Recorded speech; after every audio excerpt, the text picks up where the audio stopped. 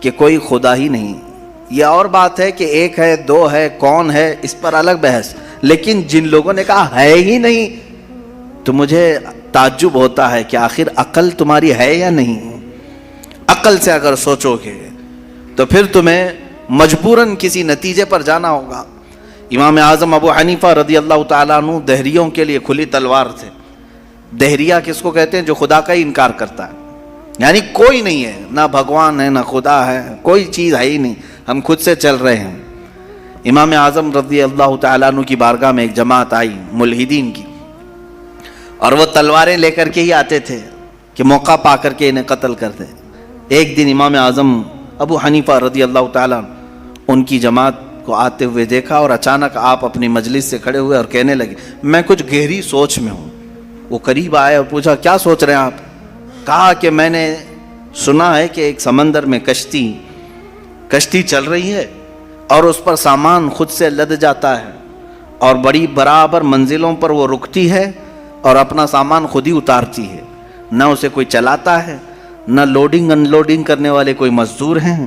وہ خود بخود سامان لیتی ہے، خود بخود سامان اتارتی ہے. یہ روبوٹک دنیا بھی نہیں تھی اس وقت کہ وہ یقین کر لیتے، سائنسی دنیا بھی نہیں تھی اس وقت.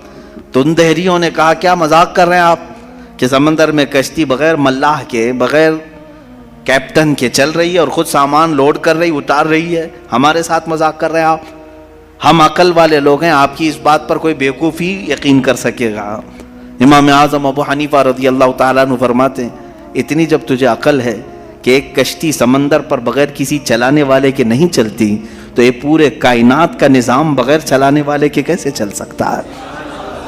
برابر وقت پر سورج کا طلوع ہونا، برابر وقت پر سورج کا غروب ہو جانا، چاند کا اپنی منزلوں پر چلنا، اور یہ سمندروں کا برابر اپنے مدار میں رہنا، اور یہ زمین کا طرح طرح کے پودے اگنا، اس میں پھول کا آنا، پھلوں کا آنا، یہ کیا اللہ کے ہونے کی نشانیاں نہیں ہے؟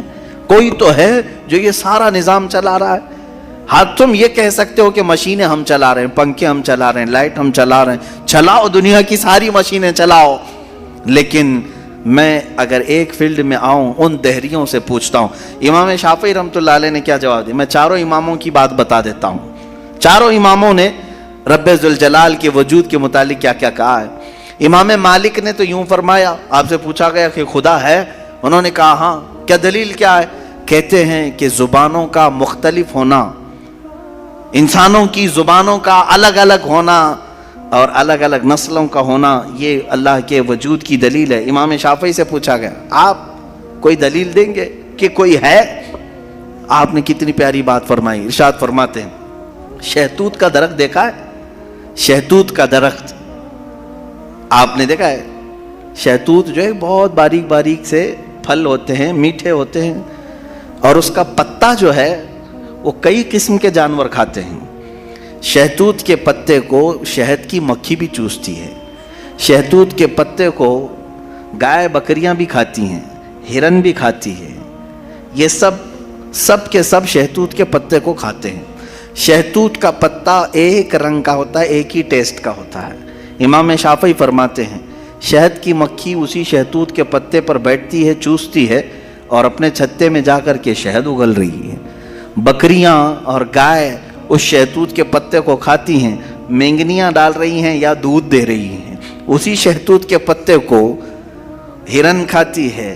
ہرن نافع پیدا کرتی ہے، جو مشک کی طرح ایک نافع ہوتا ہے، نہایت ہی اچھی خوشبو اس کے اندر آتی ہے. امام شافعی فرماتے ہیں ایک شہتوت کا پتا بکری میں جائے تو الگ اثر کرے، شہد کی مکھی میں جائے تو الگ اثر کرے، گائے میں جائے اور ہرن میں جائے تو الگ اثر کرے. آخر ایک شہتوت کے پتے سے نافع، دودھ اور شہد بناتا کون ہے؟ بناتا کون ہے؟ اسی میں امام شافعی فرماتے ہیں ہم روٹی کا ایک ٹکڑا کھاتے ہیں، روٹی کا ایک ٹکڑا کھاتے ہیں، اندر جسم میں یہ روٹی جانے کے بعد آپ سب کو معلوم ہے اس میں سے کچھ حصہ گوشت بنتا ہے، کچھ حصہ خون بنتا ہے، کچھ حصہ پیپ بنتا ہے، کچھ حصہ منی بنتا ہے، باقی کا بچا ہوا فضلہ پخانہ بن کر نکل جاتا ہے. ایک روٹی گیہوں کی کھاؤ، جو کی کھاؤ، جوار کی کھاؤ، روٹی ایک ہی طرح کی ہے. اور اس سے گوشت کون بناتا ہے، خون کون بناتا ہے، اور پیپ کون بناتا ہے, منی کون بناتا ہے, سب کی الگ الگ قسمیں ہیں.